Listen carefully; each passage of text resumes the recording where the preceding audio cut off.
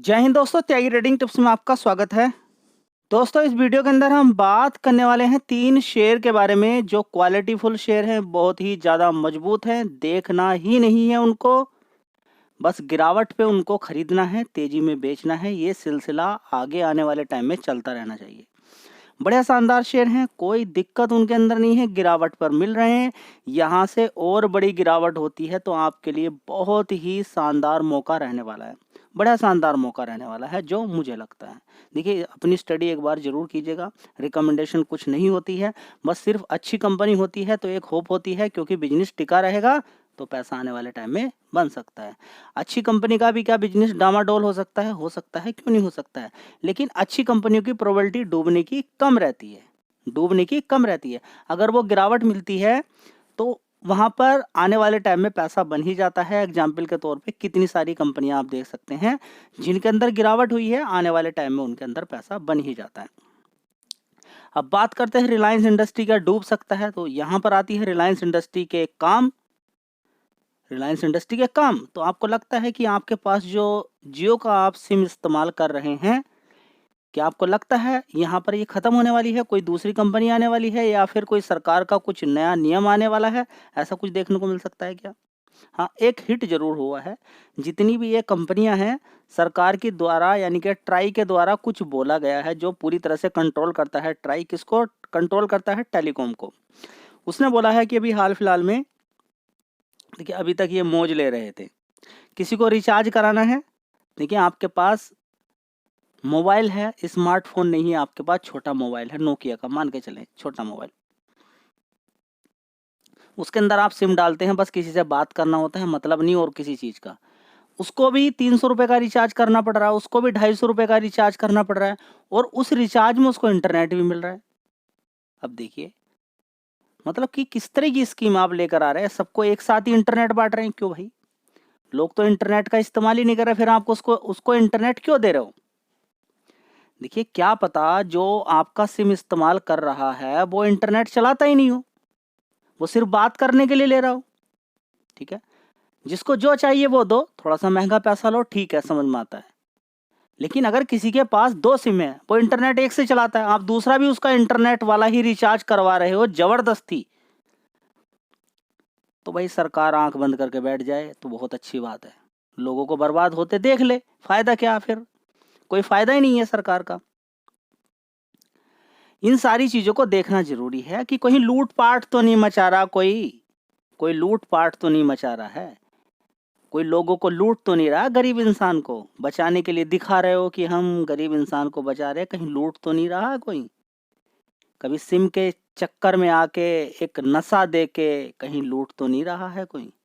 ये बेसिक चीज होती है।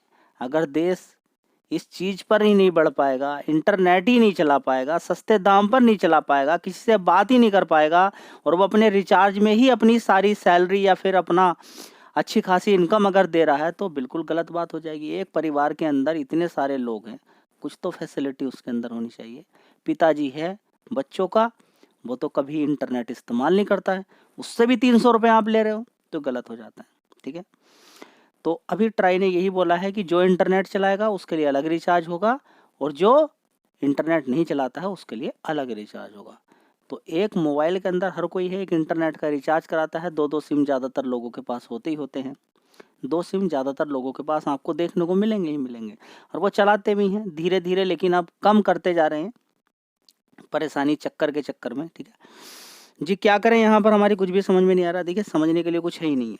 पहली बात, समझने के लिए कुछ भी ऐसी चीज़ नहीं है जहाँ पर आपको दिक्कत हो रही हो।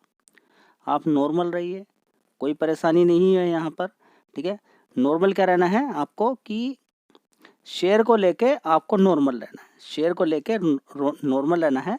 लेकिन ये मत सोच लीजिएगा कि यहाँ पर अब ये प्लान अगर चेंज हो जाएगा तो बड़ा हिट होगा।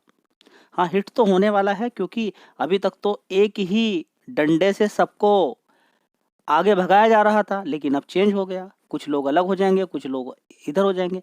बहुत सारे स्मार्टफोन हैं और बहुत सारे ऐसे ही सिंपल फ़ोन हैं जिनमें कुछ नहीं है, तो उनका रिचार्ज अब अलग करना पड़ेगा, तो हिट तो होगा, बिल्कुल हिट होगा। ठीक है जिसमें इंटरनेट का रिचार्ज भी नहीं हो, वो सिंपल फ़ोन की बात कर रहा, तो उसको कुछ फैसिलिटी दो, वो रिचार्ज कर ले, कम से कम 1 साल की इनकमिंग उसको दे दो, 6 महीने की इनकमिंग दे दो।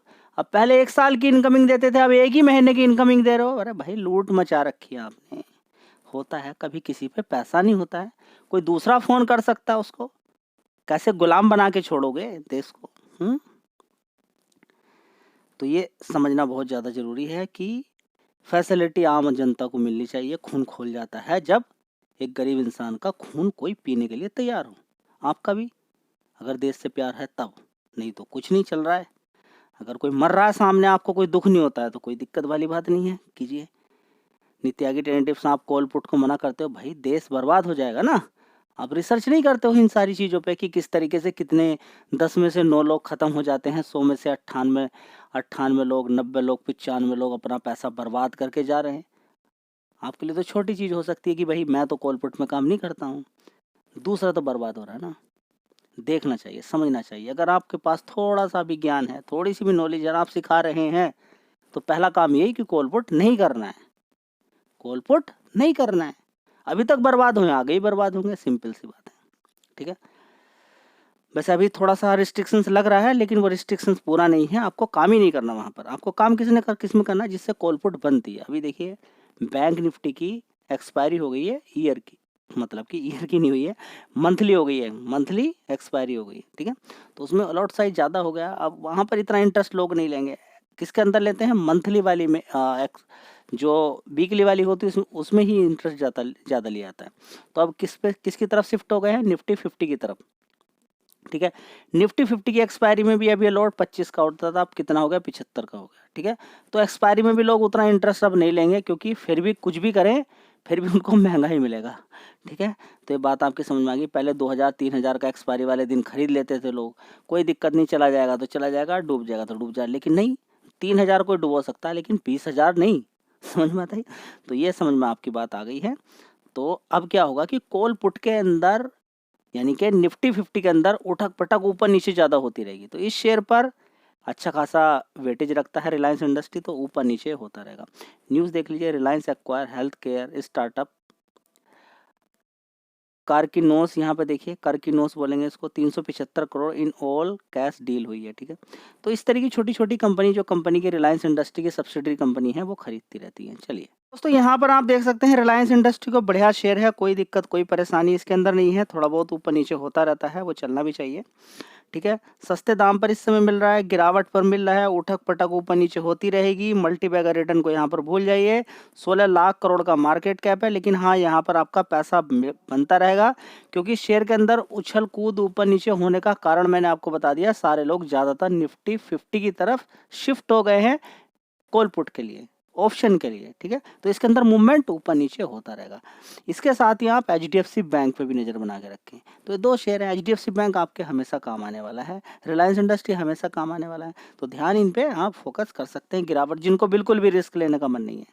दोस्तों अगला शेयर होगा एशियन पेंट्स, 50% का मार्केट शेयर कंपनी रखती है पर्टिकुलर फील्ड के अंदर। दूसरी एशियन पेंट्स की कंपनी थोड़ी सी अच्छी ग्रोथ करती हुई नजर आ रही है, मतलब कि मार्केट शेयर इसका थोड़ा सा गिरता हुआ यहाँ पे नजर आ सकता है, जिसकी वजह से इसके अंदर भी दिक्कत परेशानी चल रही है। गिरावट में मिल रहा है, लेकिन दिक्कत परेशानी का मतलब ये नहीं कि कंपनी खत्म हो गई, इसको काम मिलेगा ही नहीं, ठीक है। ये बिल्कुल भूल जाए। हाँ 50% का मार्केट शेयर घट के 45 हो जाएगा, 40 हो जाएगा, लेकिन 40 भी कम नहीं होता है, ठीक है। चलता रहेगा, गिरावटें होती रहेंगी किसी ना किसी रीजन की वजह से, फिर अचानक ही कोई ना कोई ब्रोकरेज फर्म बोलेगी कि हाँ इसके टारगेट ऊपर के हैं, पैसा बन जाएगा आपका। 2 लाख करोड़ का मार्केट कैप है। SIP करने के लिए दोनों शेयर ही, तीनों share, Reliance industry, HDFC bank और एशियन पेंट, कोई भी एक शेयर पकड़े, उसके अंदर SIP कीजिए लंबे समय के लिए। लंबे समय के लिए कीजिए, जब अच्छा खासा पैसा, मतलब जितना लगाना चाहते हैं उतना लगाइए। जैसे ही अच्छा पैसा बन जाए आप उसके अंदर से निकलिए, फिर दोबारा से गिरावट आपको मिल सकती है इन शेयर्स के अंदर। चलिए अगली कंपनी है टाटा मोटर्स। क्या करें इसके अंदर, देखिए टाटा मोटर्स का सबसे ज़्यादा टोटल, अगर ये मान के चलेगी ये रेवेन्यू कंपनी का है, ठीक है। तो इसमें सबसे ज़्यादा पोर्शन जो रहेगा, ये वाला पोर्शन जो रहेगा 60%, 66%, बाकी का जो रहेगा 30% लगभग, वो किस में रहने वाला है, 34% मान के चले, वो रहने वाला है और दूसरी कैटेगरी के अंदर। यहाँ पर JLR से जो टोटल मिलाकर रेवेन्यू आता है, वो टोटल रेवेन्यू का 66% JLR से आता है। तो उसके अंदर थोड़ी सी भी दिक्कत परेशानी रहेगी, शेयर के अंदर गिरावट हो जाएगी। पहले भी बड़ी गिरावट होती थी, बड़ा बड़ा शेयर भागता नहीं था, वो जेएलआर ही कारण था। जी क्या बड़े कोई मेजर रीजन आ गया ना, बड़ा कोई मेजर रीजन आ गया। 2 पॉइंट है यहाँ पर, जेएलआर के थोड़ी सेल्स घटी है। अभी जो कंपनी ने बड़ी बड़ी गाड़ियों के लिए बनाकर तैयार मैन्युफैक्चरिंग करके तैयार करके रखी थी, उनकी सेल उतनी हुई नहीं है। दूसरी कंपनियों के लिए भी यही है। साथ में बात करें महिंद्रा एंड महिंद्रा, यहाँ पर कॉम्पिटिटर बड़ा निकल कर आ रहा है। दूसरी बात करें कि इलेक्ट्रिक व्हीकल के अंदर भी बड़ी बड़ी कंपनियां निकल कर आ रही हैं, ये भी काम कर रही हैं। इसका मतलब ये नहीं कि ये मुर्दा हो गई, ये बेकार हो गई, कोई फायदा नहीं है। अच्छा खासा रेवेन्यू है कंपनी का, हाँ घटता बढ़ता रहता है बिकॉज ऑफ मार्केट है। मार्केट के अंदर सब चीज़ें देखनी पड़ती हैं। 52 वीक लो के आसपास मिल रही है कंपनी, बढ़िया शानदार शेयर है। चाहो तो शेयर पे भी आप फोकस कर सकते हो।